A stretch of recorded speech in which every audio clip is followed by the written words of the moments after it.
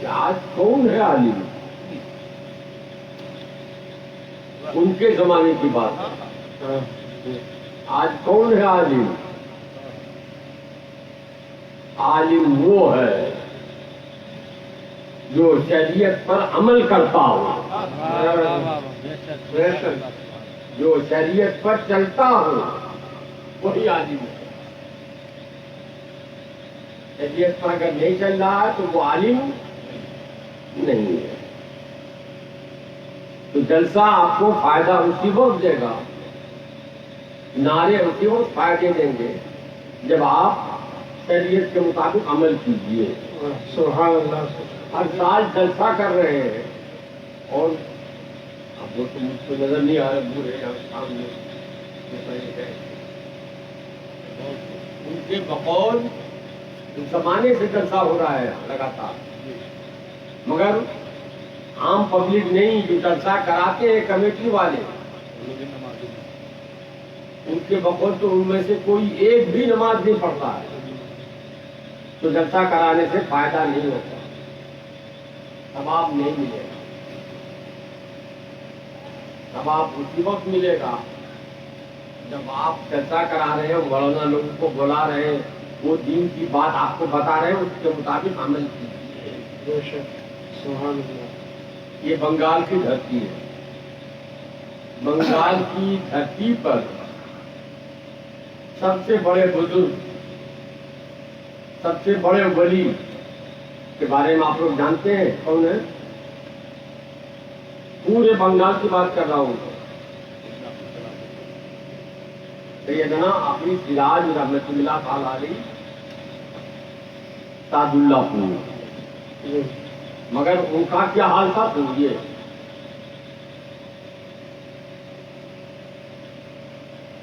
حضرت شیخ عبدالحق محدث دہلوی نے لکھا ہے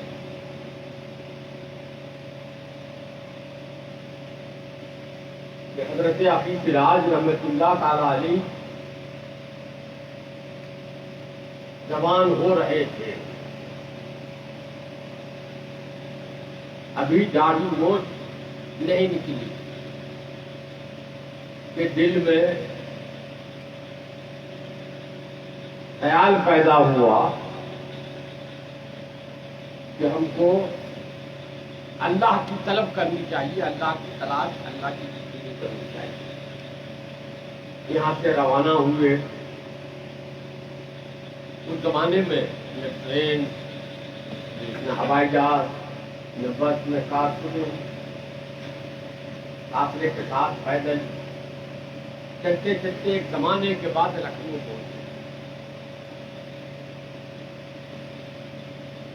اس وقت لکھنؤ شہر لکھنؤ کے نام سے نہیں تھا.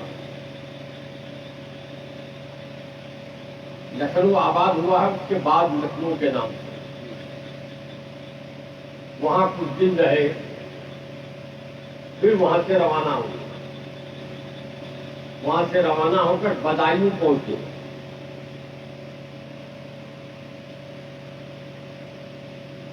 پھر وہاں سے روانہ ہوئے دلی پہنچے. سبحان اللہ. اسی لیے بعض کتابوں میں حضرت سیدنا حافظ سراج اودھ ہی لکھا گیا. اودھ کہتے ہیں لکھنؤ کے علاقے میں. وہاں کچھ دن رہے. جب بدایوں پہنچے تو لوگوں نے پوچھا کہ کہاں سے آئے؟ کہا اودھ سے. تو اودھ ہی اس لیے لکھا جاتا ہے. پھر وہاں سے جب دلی پہنچے تو دلی میں لوگوں نے پوچھا کہاں سے آئے؟ تو کہا بدایوں سے. تو ان کو بدایوں بھی لکھا جاتا ہے، مگر تھے وہ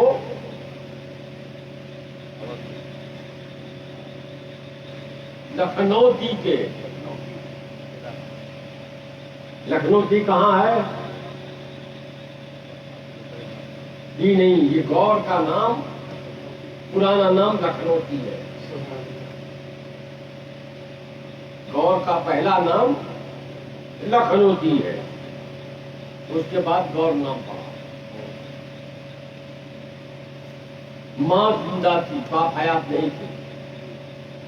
پہنچے وہاں تو لوگوں کا دیکھا چمگھٹا بھیڑ دیکھی حضرت محبوب الہی کے ہاں کہ لوگ بہت جا رہے ہیں، یہ بھی ساتھ بولیے۔ پہنچے وہاں محبوب الہی کو دیکھا تو فریفتہ ہو گئے، عاشق ہو سبحان گئے۔ اللہ سے کچھ بھی پڑھے لکھے نہیں تھے، الف سے بھی پڑھے لکھے نہیں تھے، ان پڑھ سے بھی تھے۔ وہاں پہنچے، وہاں کچھ دن رہے تو انہوں نے محبوب الہی کے ہاں جو لوگ تھے ان کے طالب علم، ان کے خلیفہ، ان کے مریدین، ان لوگوں کی خدمت شروع کی۔ ابھی پیر تک کہاں رسائی، انہی لوگوں کی خدمت کی، اتنی خدمت کی، اتنی خدمت کی کہ حضرت محبوب الہی کو جب خبر ملی کہ ایک لڑکا آیا ہے نوجوان، وہ بڑا خدمت گزار ہے، بڑا مؤدب ہے، تو ان کو قریب کیا اور ان کو مرید کر دیا۔ پیر کی خدمت کرتے رہے ایک زمانے تک۔ کئی سال کے بعد حضرت محبوب الہی کا جب زمانہ ختم ہونے کو آیا، انتقال کا قریب زمانہ آیا، تو محبوب الہی نے اپنے مریدین کو جمع کیا، ان میں جو کچھ لوگوں کو خلافت دی، خلافت بانٹی، یہ میرا خلیفہ، اس کو خلافت دیا، اس کو خلافت دیا، اس کو خلافت دیا۔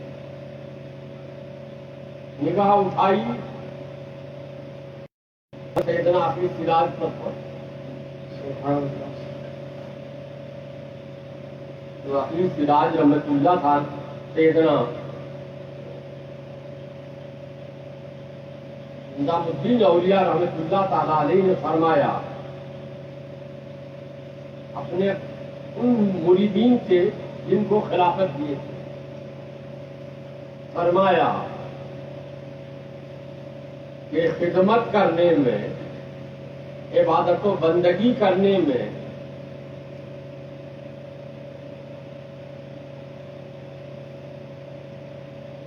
سراج الدین کا کوئی جواب نہیں۔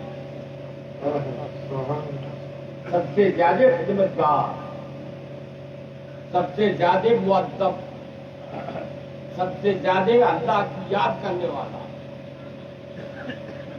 مگر افسوس وہ پڑھا لکھا نہیں، اور بغیر پڑھے لکھے کو خلافت نہیں دی جا سکتی۔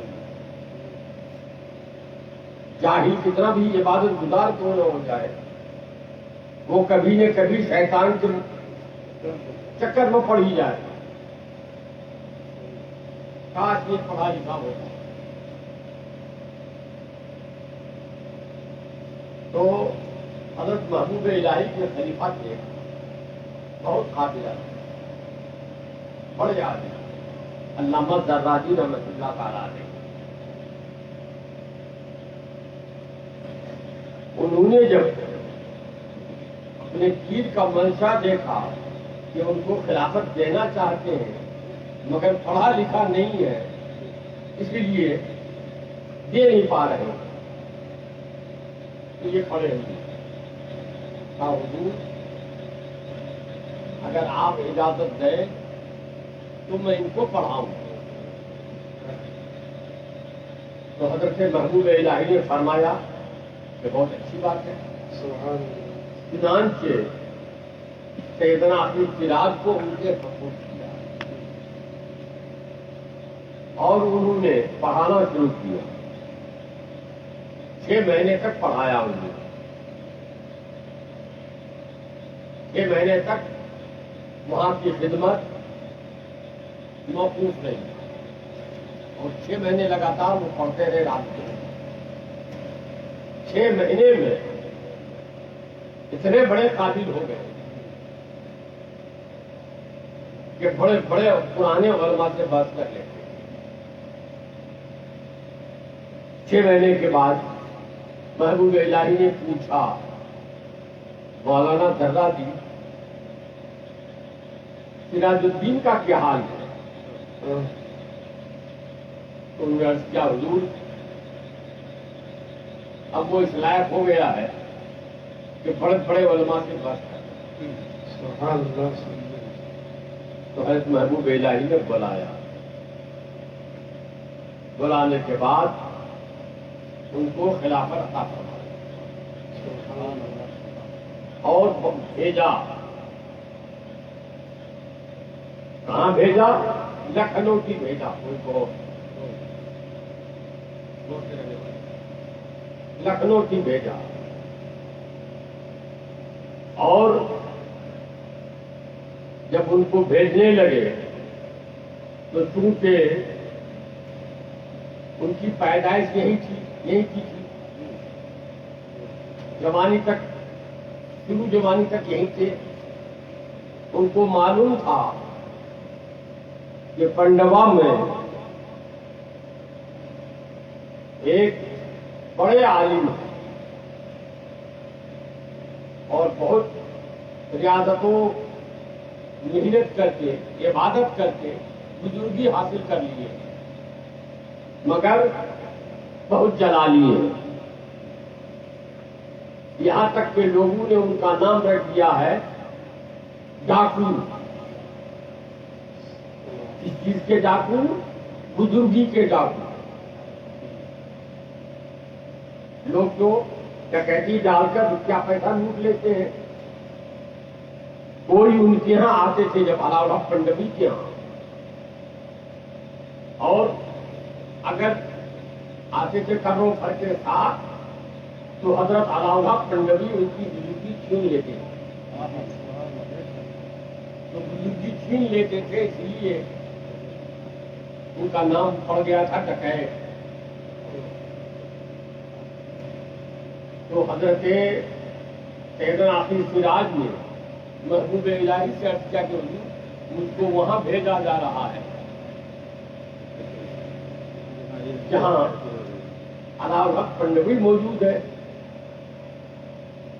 وہ تو دوسروں کی بزرگی چھین لیتا ہے.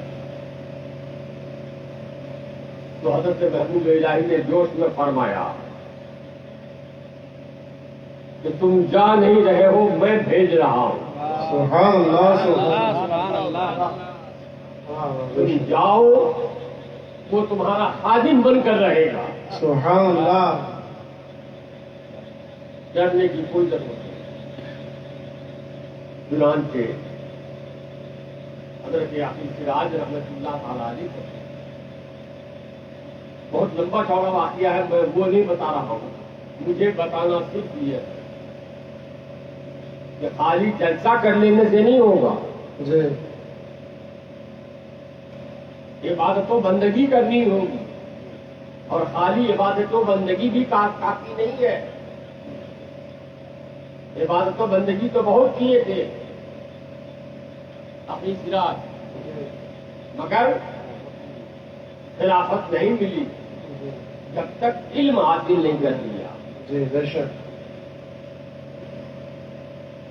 تو ضروری نہیں ہے کہ مدرسے میں جا کے پڑھا جائے. آپ اپنے گھر پر رہ کر اپنے کاروبار کر کے بھی علم حاصل کر سکتے ہیں. اللہ نے قرآن کریم میں فرمایا فَاسْأَلُوا أَهْلَ الذِّكْرِ إِن كُنتُمْ لَا تَعْلَمُونَ. اے لوگوں جو تم نہیں جانتے ہو وہ جاننے والے سے پوچھ کر حاصل کر لو. سبحان اللہ. تو آپ جہاں بھی جلسہ ہوتا ہے یا کہیں بھی جلسہ ہوتا ہے وہ اس لیے ہوتا ہے کہ آپ علماء سے سن کر علم حاصل کریں گے اور اس کے مطابق عمل کریں گے. اگر علم نہیں تو آپ کا عمل بھی کارآمد نہیں ہے. پہلے علم تب عمل. مثلا آپ نماز پڑھنا چاہتے ہیں تو آپ کو معلوم ہے نہیں کہ نماز پڑھنے سے پہلے کیا کیا کرنا پڑے گا. تو آپ کو تو پہلے پوچھنا پڑے گا کہ پاک صاف ہونا ہوگا، وضو کرنا پڑے گا۔ وضو کیسے کریں گے؟ وضو کی منافی کون کون چیزیں ہیں، مکروہ کیا کیا چیزیں ہیں، یہ جاننا ہوگا، تب وضو آپ کا پکا ہوگا، تب آپ کی نماز پکی ہوگی۔ ہوگا یہ بتانے کی ضرورت ہے کہ نماز فرض ہے، یہ تو ہر مسلمان جانتا ہے۔ جی اس لیے یہ اعتراض کہ لوگوں کو نماز بتائیے گا، نماز پڑھنے کے لیے، تو نماز پڑھنے کے لیے کہنے کی ضرورت نہیں ہے، ہر مسلمان جانتا ہے کہ نماز پڑھنا چاہیے۔ سود حرام ہے، ہر مسلمان جانتا ہے۔ شراب حرام ہے، ہر مسلمان جانتا ہے۔ یہ بتانے کی ضرورت نہیں ہے۔ جو چیز ہر مسلمان نہیں جانتا ہے، بتانے کی ضرورت وہ ہے۔ اسی لیے میں نے ہمارے نیپالی صاحب کے کہنے پر وہ آیت تلاوت کی ہے جس میں اللہ تعالیٰ فرماتا ہے فَدَيْنَاهُ بِذِبْحٍ عَظِيمٍ۔ سبحان اللہ۔ یہ مہینہ اسلامی مہینہ جو گزرا اور گزر رہا ہے، یہ قربانی کا مہینہ، یہ سال کا آخر مہینہ ہے۔ اس کے بعد کئی دن اور ہیں، سال پورا ہو جائے گا، پھر نیا سال شروع ہوگا، اور وہ نیا سال محرم کا شروع ہوگا، نام اس کا محرم ہے۔ یہ قربانی کا مہینہ بھی اس کا نام نہیں ہے، اس کا اصلی نام ہے ذو الحجہ۔ اس کا نام ذو الحجہ، ذو الحجہ کے بعد محرم۔ قربانی کا مہینہ اس کو کیوں کہتے ہیں؟ اس لیے کہ اس مہینے میں قربانی کرتے ہیں جانوروں، جی اسی لیے قربانی کا مہینہ۔ یہ قربانی کا مہینہ اور محرم وہ بھی قربانی کا مہینہ۔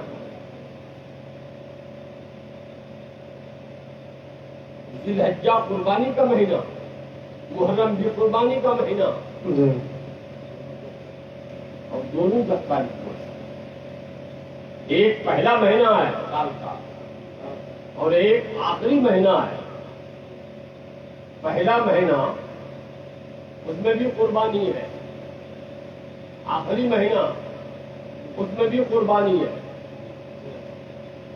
جب اول و آخر ٹھیک ہو تو بیچ والا بھی ٹھیک مانا جاتا ہے۔ اسی لیے آپ دیکھتے ہیں کہ بزرگان دین بتاتے ہیں کہ دعا پڑھنے کے لیے تو اس کے شروع میں 3 بار درود پڑھو اور اخیر میں 3 بار درود پڑھو۔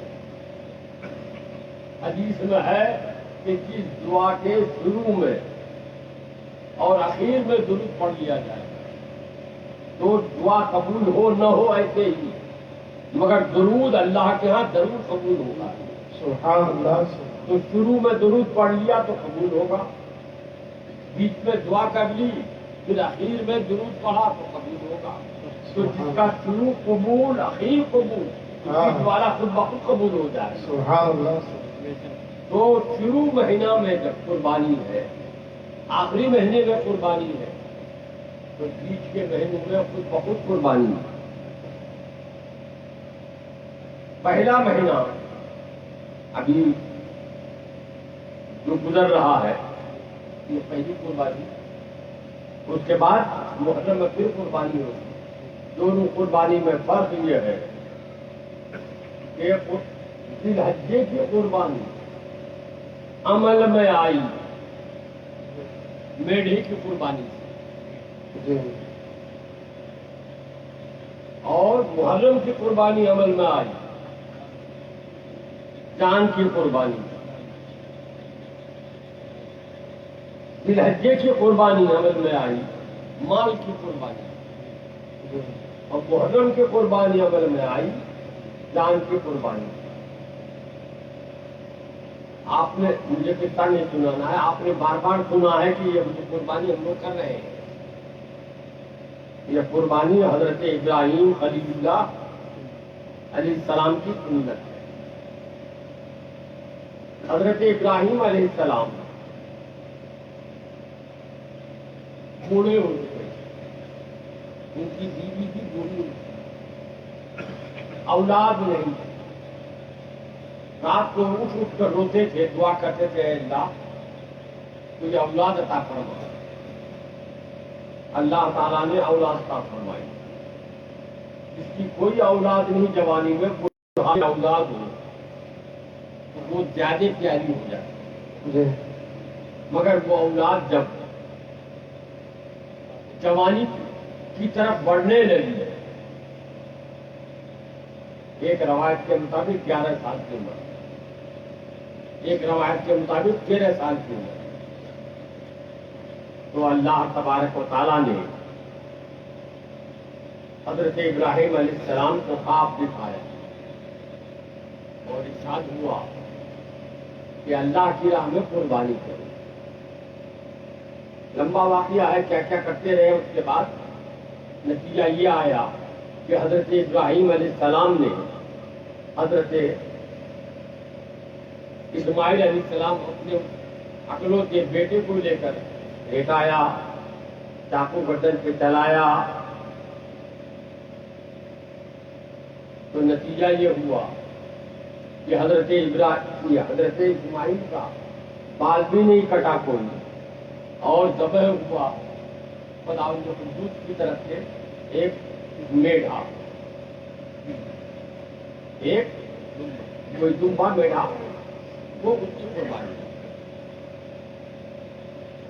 یہ قربانی کی ابتدا ہوئی، شروع ہوئی قربانی.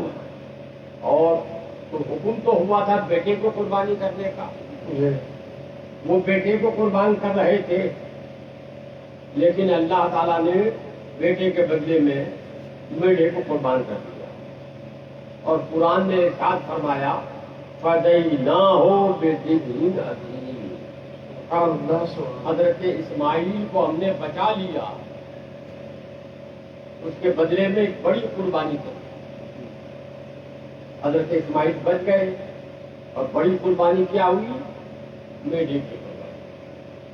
سوال یہ پیدا ہوتا ہے کہ بڑی قربانی خود حضرت اسماعیل کی قربانی کی کہ میڈے کی قربانی کی؟ بڑی قربانی تو بیٹے کی قربانی ہے. جی اور اللہ فرماتا ہے کہ میں نے ابراہیم کے بیٹے کو بچا لیا. وہ تو پیغمبر تھے، جی نبی تھے، نبی کی قربانی سے میڈے کی قربانی بڑی کیسے؟ اس بات کو یاد رکھیے گا. محرم کا مہینہ آیا، محرم میں کس کی قربانی ہوئی؟ حضرت امام حسین کی قربانی.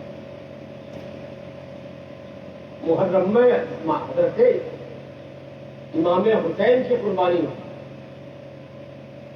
اب یاد کیجیے اس واقعہ کو کہ حضرت ابراہیم علیہ السلام جب جا رہے تھے، آپ دیکھ کر بیٹے کو دیکھ کر تو یہ نہیں کہا تھا بیٹا تم کو قربانی کرنے لے جا رہے ہیں.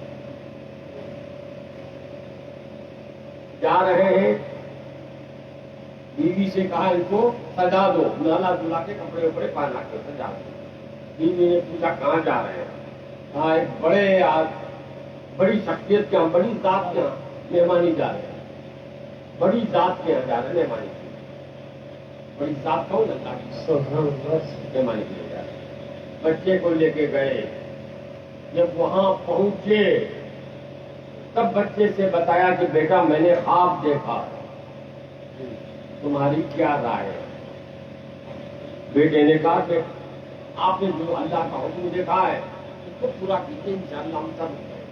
سبحان اللہ. اور یہاں عالم یہ کہ اللہ کے پیارے حبیب سرور کائنات جناب محمد رسول اللہ صلی اللہ علیہ وسلم تشریف فرما ہے. بیٹی کے گھر بچہ پیدا ہوا. حضرت فاطمہ کے گھر بچہ پیدا ہوا. بچہ جب تھوڑا چلنے پھرنے لگا تو رسول اللہ نے وہ پیار دیا اس بچے کو کہ ایک بار اللہ کے نبی اپنے کندھے پہ بٹھا کے لے کے جا رہے ہیں. امام حسین نے کے بال پکڑ لیے اور اللہ کے نبی اس طرح چل رہے ہیں جیسے سواری چلتی ہے. صحابی نے دیکھا, اس نے کہا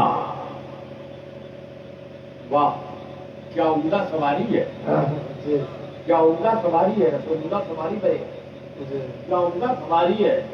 رسول اللہ نے فرمایا اور کیا عمدہ سوار ہے. سواری اگر عمدہ ہے تو سواری کتنا عمدہ ہے. سبحان اللہ سبحان اللہ. وہ پیارا نواسا اللہ کے نبی کی گود میں بیٹھا ہوا,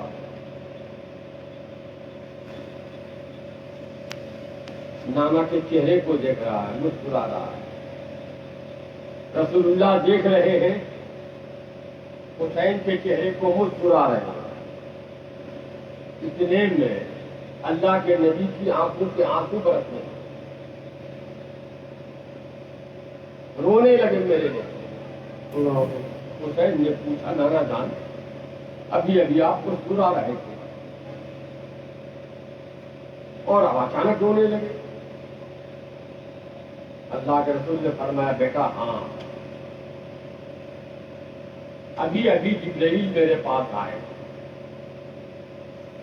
جبرائیل نے آ کے مجھے خبر دی کہ اللہ تعالیٰ فرماتا ہے اے محمد عربی صلی اللہ علیہ وسلم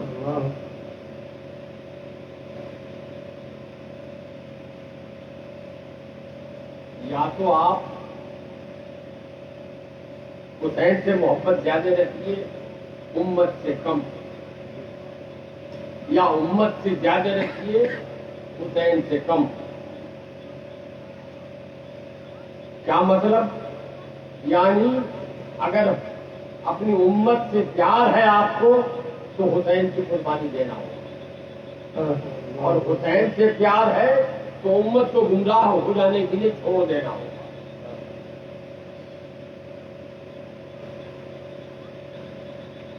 حضرت حسین نے کیا جانا جانا آپ نے کیا کیا. رسول اللہ نے فرمایا بیٹا میں نے جبریل کو کہہ دیا ہے کہ بجھاؤ خدا کی بارگاہ میں عرض کر دو کہ میں حسین کو قربان تو کر سکتا ہوں, اپنی امت کو گمراہ ہونے کے لیے چھوڑ نہیں سکتا. اپنی امت کو گمراہ ہونے کے لیے چھوڑ نہیں سکتا. اے بیٹا میں نے تمہاری قربانی منظور کر لی ہے اور اپنی امت کو گمراہ ہونے سے بچا لیا. سبحان اللہ سبحان اللہ. بولو تمہاری کیا رائے ہے. حضرت حسین نے عرض کیا نانا جان دعا کر دیا, نانا جان دعا کر دیا. آج کا دن ہوتا ہم ہوتے آپ ہوتے یہی سمجھتے کہ حسین کہہ رہے ہوں گے دعا کرنے کے لیے کہ اللہ مجھے بچا لے, اللہ مجھے بچا لے.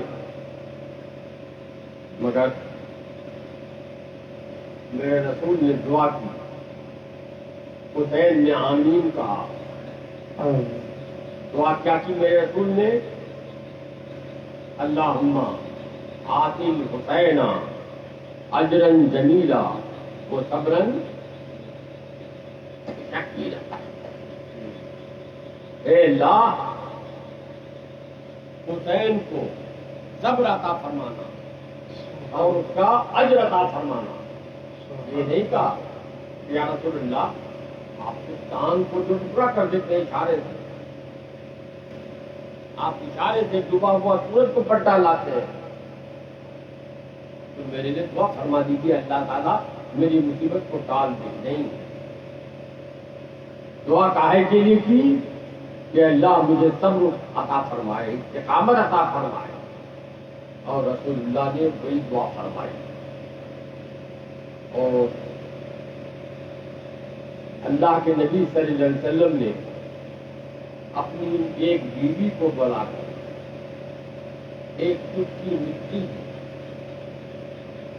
کہا جبرائیل نے مجھے یہ مٹی دکھائی ہے، یہ کربلا کی مٹی ہے، اسے محفوظ رکھ لو، اس دن میرا بیٹا یہ یار و مددگار میدان کربلا میں شہید ہوگا، اس دن یہ مٹی خون بن جائے گی، خون بن جائے گی۔ خبر پھیل گئی کہ حسین میدان کربلا میں شہید ہوں گے۔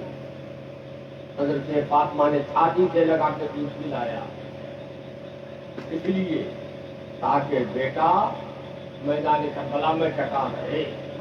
سبحان اللہ۔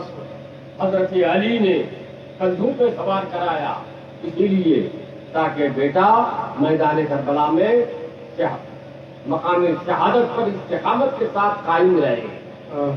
رسول اللہ نے کندھے پہ سوار کر کے گھمایا تاکہ میدان کربلا میں گرے نہیں، استقامت پر قائم رہے۔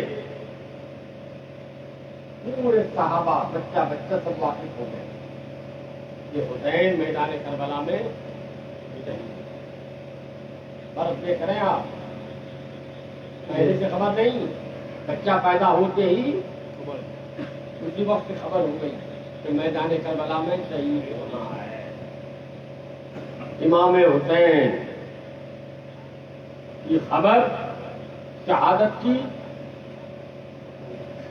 مدینے کے بچے بچے کو ہو گئی کہ حسین میدان کربلا میں شہید ہوئے۔ ایک بار اللہ کے پیارے نبی صلی اللہ علیہ وسلم کے چوتھے خلیفہ حضرت مولا کائنات اپنی لشکر کے ساتھ آ رہے ہیں،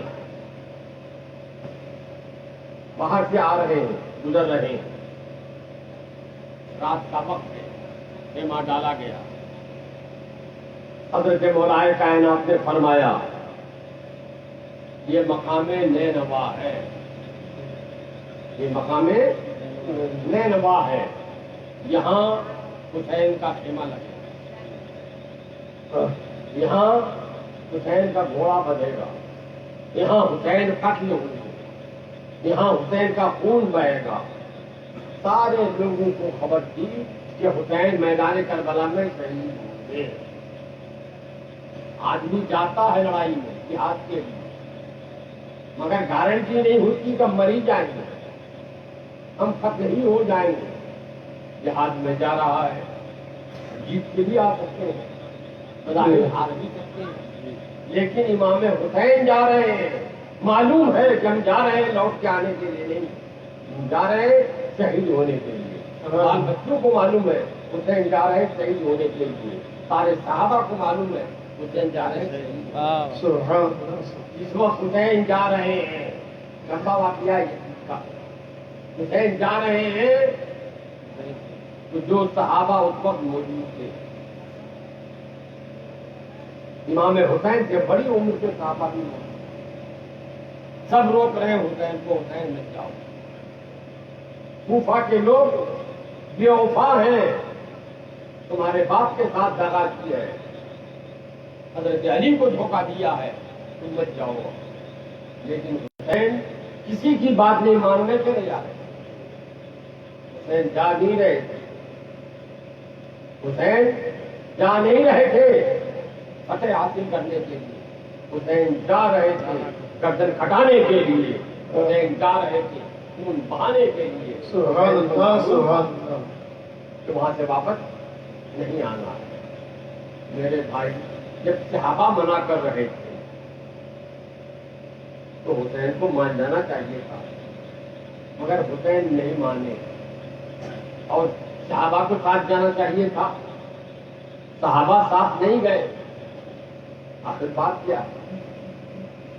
صحابہ کرام کے دل میں جتنی محبت حسین کی تھی اتنی دل میں تو ہماری نہیں ہو سکتی ہے، مگر صحابہ کرام منع کر رہے ہیں، آپ نہیں دے رہے، اور حسین منع نہیں مان رہے، چلے جا رہے ہیں۔ بات یہ تھی میرے بھائی کہ اسلام رسول اللہ نے پھیلایا، رسول اللہ نے اپنا خون بہایا تھا، آپ کو معلوم ہوگا۔ اللہ کے پیارے نبی جب اسلام کی تبلیغ کے لیے طائف گئے تو لوگوں نے اپنے بچوں کو لگا دیا تھا اینٹ پتھر پھینکنے۔ اللہ کے نبی صلی اللہ علیہ وسلم کا جس میں پاک زخموں سے بھر گیا تھا، اینٹ اور پتھر کی بارش سے، یہاں تک کہ بدن سے خون نکل کر جوتا بھر گیا تھا۔ اسی موقع پر حضرت زید بن حارثہ نے کہا تھا، یا رسول اللہ دعا کر دیجیے اللہ اس قوم کو ہلاک کر دے، برباد کر دے۔ یا رسول اللہ آپ دعا فرما دیجیے اللہ اس قوم کو ہلاک و برباد کر دے۔ تو اللہ کے نبی نے ہاتھ اٹھائی دعا کی۔ زید بن حارثہ نے سوچا ہم نے اس قوم کو ہلاک کرنے کے لیے دعا کرنے کے لیے کہا ہے، رسول اللہ جب دعا کریں گے ساری قوم ہلاک ہو جائے گی، لیکن نبی دعا کر رہے ہیں اللہم اہدی قومی فإنہم لا یعقلون۔ اے اللہ ہماری اس قوم کو ہدایت عطا فرما، یہ ہم کو سمجھ نہیں پا رہے کہ ہم کیا ہیں، اسی لیے ہمیں نہیں مان رہے۔ تو رسول اللہ نے اپنا خون بہا خون دے کر اسلام کو جنگ حنین میں اللہ کے نبی صلی اللہ علیہ وسلم کا سر مبارک ختم ہو گیا، حضرت فاطمہ نے خون چھوڑ دیا۔ اس طرح سے رسول اللہ کے خون سے اسلام جوان ہوا۔ سبحان اللہ۔ رسول اللہ کا خون اسلام کی رگوں میں گردش کر رہا ہے۔ حضرت صدیق اکبر کا زمانہ بھی ختم ہو گیا، عمر فاروق کا زمانہ ختم ہو گیا، عثمان غنی کا زمانہ ختم ہو گیا، حضرت علی مرتضیٰ کا زمانہ بھی ختم ہو گیا۔ اسلام کی گدی پر بیٹھ گیا یزید ظالم جابر فاسق فاجر، اس نے تمام برائیاں شروع کر دی، اسلام کی کوئی خوبی باقی نہیں رہنے، اسلام کے بدن سے خون نچوڑ لیا گیا، اب ضرورت تھی پھر اس کو خون دینے۔ صحابہ کیوں نہیں گئے؟ آج مان لیجیے کہ اللہ نہ کرے کسی کا ایکسیڈنٹ ہو جائے روڈ پر، لے جائیے مالدہ، ڈاکٹر کہے کہ اس کو بلڈ چڑھانا ہوگا، تو ہر آدمی جو چاہے گا بلڈ دے دے گا، دینا چاہے گا تو لے لے گا ڈاکٹر؟ سب کا بلڈ کام نہیں آئے گا، پہلے بلڈ کی جانچ ہے، اس کا گروپ ملے گا، اسی کا خون کام آئے گا، اور گروپ بھی ملا تو کوئی دوسری بیماری اس میں نہ ہو، تب جا کے وہ بلڈ کام آئے گا۔ اسلام کی رگوں سے خون بہہ رہا تھا، یزید اور اس کے فوجی اسلام کو ختم کر رہے تھے، زخمی کر رہے تھے، اسلام کے ارکان کو پامال کر رہے تھے، خون نیچے سے بہہ کے چلا جا رہا تھا، اسلام مردہ ہو رہا تھا، ضرورت تھی کہ اسلام کو پھر خون دے کر پوچھا جائے۔ تو سارے صحابہ تھے، کسی کا خون کام نہیں آ سکتا، کیوں؟ وہ الگ بلد تھا، وہ الگ گروپ کا تھا، اور امام حسین کے رگوں میں جو خون جا رہا تھا بہ رہا تھا وہ وہی خون تھا جو رسول اللہ کے لیے سبحان اللہ سبحان اللہ ایک تھا، اور اسی لیے ضرورت تھی اسی خون کی کہ وہی خون دے کر اسلام کو بچایا جا سکے۔ اسی لیے امام حسین رضی اللہ تعالیٰ عنہ نے کسی کی بات نہیں مانی اور جا کر اپنا خون دے کر اسلام کو بچایا۔ اسی لیے خواجہ رحمۃ اللہ نے کہا کہ شاہست حسین بادشاہست حسین، سبحان اللہ سبحان سردار حقا کے بنائے لا الہ حق حسین، سر دے دیا مگر سر جھکایا نہیں، ہاتھ دیا نہیں، اسی لیے اسلام کی بنا ہے، اسلام کی بنیاد ہے، اسلام کے رگوں میں حسین کا خون ہے، حسین کا خون اسلام کی رگوں میں ہے۔ وہ خون کیونکہ رسول اللہ کا خون تھا، جو خون بہ رہا تھا ضرورت تھی اسی خون کی، پھر اسی گروپ کے خون کی پھر اسی لیے امام حسین رضی اللہ تعالیٰ عنہ نے میدان کربلا میں شہادت پائی اور جان بوجھ کر اپنے کو، اپنے گھر والوں کو خون میں پہنچایا اور اسلام کو بچایا۔ میرے بھائی، آپ حسین کے نام پر جلسہ تو کرتے ہو لیکن حسین کا کردار نہیں اپنا۔ حسین اسلام کو بچانے گئے، خون دے کر بچایا، اور آپ حسین کے نام پر خالی جلسہ کر لیتے ہو، ایک چڑھا لیتے ہو۔ بس اسلام نماز کو، حسین نماز کو بچانے گئے تھے، روزے کو بچانے گئے تھے، زکات کو بچانے گئے تھے، حج کو بچانے گئے تھے، اور آپ بس خالی حسین کا نام لیتے ہو اور کام سب وہ کرتے ہو جو یزید کا کام تھا۔ یزید کا کام اسلام کو مٹانے کا تھا، نماز کو مٹانے کا تھا، روزے کو مٹانے کا تھا، زکات کو مٹانے کا تھا، حج کو مٹانے کا تھا، وہی کام آپ کر رہے ہو۔ تو آپ کہتے ہو حسینی، لیکن حسینی نہیں، کردار آپ کا یزیدی ہے۔ اگر حسین آج ہوتے تو آج کسی یزیدی سے مقابلہ کی ضرورت ان کو نہیں تھی، ان کی لڑائی ہم سے ہوتی اور ہمیں سے لڑتے وہ اسلام کو بچانے کے خاطر۔ اس لیے کہ اسلام آج کسی یزیدی کے ہاتھ میں، ہم سنیوں کے ہاتھ میں برباد ہو رہا ہے، اور ہم اپنے ہاتھ سے جان بوجھ کر اسلام کو مٹا رہے ہیں۔ اگر حسین ہوتے تو آج ہم سے جہاد کرتے، ہم سے لڑائی کرتے، اس لیے کہ ہم اسلام کو مٹا رہے ہیں، اسلام کو پامال کر رہے ہیں۔ ضرورت اس بات کی ہے کہ امام حسین کے شہید ہونے کے مقصد کو سمجھا جائے، اور جس مقصد کی خاطر انہوں نے قربانی دی تھی اس مقصد کو انجام تک پہنچایا جائے۔ یہ نہیں کہ ہم نام لے رہے ہیں حسین کا اور کام کر رہے ہیں سارا یزید کا۔ اللہ تبارک و تعالیٰ ہمیں آپ کو سب کو توفیق عطا فرمائے کہ ہم اسلام کے راستے پہ چلیں اور شریعت کو بچانے کی کوشش کریں، شریعت پر عمل کریں۔ وآخر دعوانا الحمدللہ رب العالمین۔